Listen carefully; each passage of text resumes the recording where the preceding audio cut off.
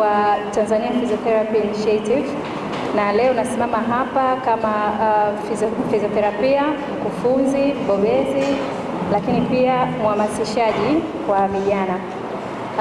Kwanza tunakupongeza kwa kukubali wito wetu, na pia tunawapongeza wanafunzi wa fizioterapia kutoka SUZA kwa mshikamano wao na moyo wao wa kujitolea na utayari wa kupanga tukio hili. Taasisi yetu imeanzishwa na wataalamu vijana wa fizioterapia kwa lengo la kuwawezesha wataalamu wachanga ambao wako mashuleni au vyuoni pamoja na wale ambao wako makazini, hasa ambao ni chini ya miaka 5 ya kupractice na wengine, lakini lengo letu hasa ni vijana.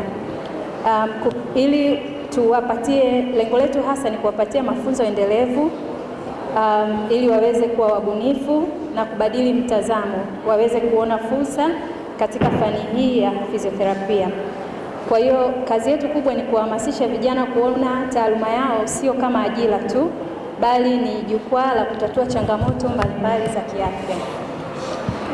Sisi tunaona vision yetu, maono yetu huko mbele, tunaona kwamba inawezekana kutatua changamoto nyingi zinazoikabili jamii yetu, lakini pia maono yetu mengine ni kutengeneza miradi ya huduma za afya ya jamii na kuongeza au kurahisisha upatikanaji wa huduma za fizioterapia katika jamii, na pia tunalenga kufungua fursa mpya za kitaaluma na ajira kwa vijana, kwa sababu kuna mtizamo kwamba physiotherapist anaajiriwa hospitali tu. Kwa sisi tunalenga kuondoa hiyo dhana kwa kuwaonesha vijana fursa mpya za kujiajiri ama kuajiriwa katika sekta mbalimbali na sio lazima hospitali. Mafanikio yetu katika mwaka 2024 mpaka 2025 tumefanikiwa kutoa mafunzo kwa wataalamu vijana walioko vyuoni na walioko makazini chini ya miaka 5 kama nilivyosema. Pia tumefanikiwa kuendesha programu za kukuza ubunifu na kutafuta utambuzi wa fursa za kitaaluma. Tumefanikiwa kujenga mtandao wa vijana wanaotumia fizioterapia kama chombo cha suluhisho la changamoto za kiafya kwenye jamii. Na tumefanikiwa pia kushirikiana na wanafunzi katika kuandaa majukwaa ya kitaaluma kama hili. Mheshimiwa Naibu Makamu Mkuu wa Chuo, haya yanaonyesha wazi kuwa uwekezaji mdogo kwa vijana unaweza kuleta matokeo makubwa katika jamii. Changamoto tulizonazo, tunakabiliwa na changamoto za rasilimali, kwa mfano katika kuendeleza vijana vipaji na ubunifu wa wataalamu vijana.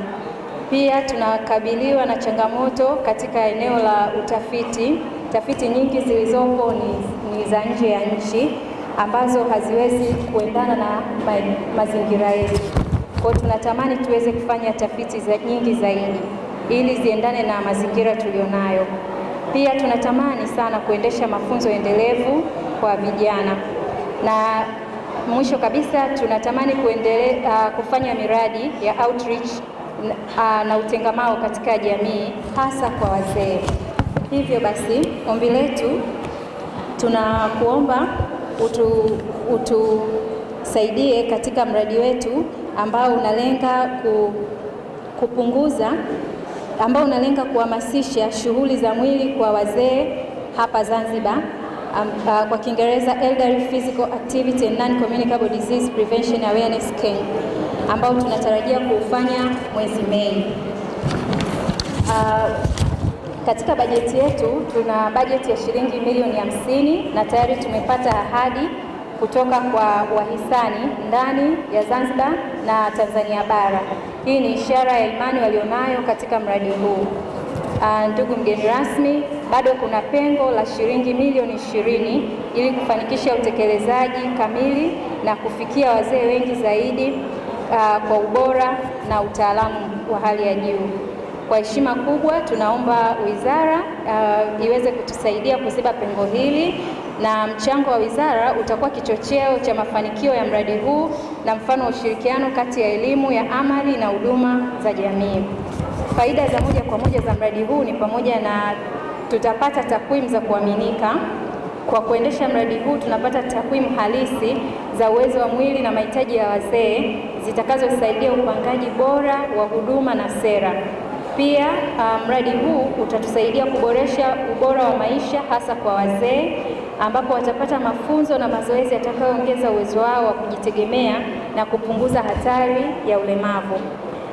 Tatu, mradi huu utatusaidia kupunguza mzigo wa magonjwa yasiyoambukiza.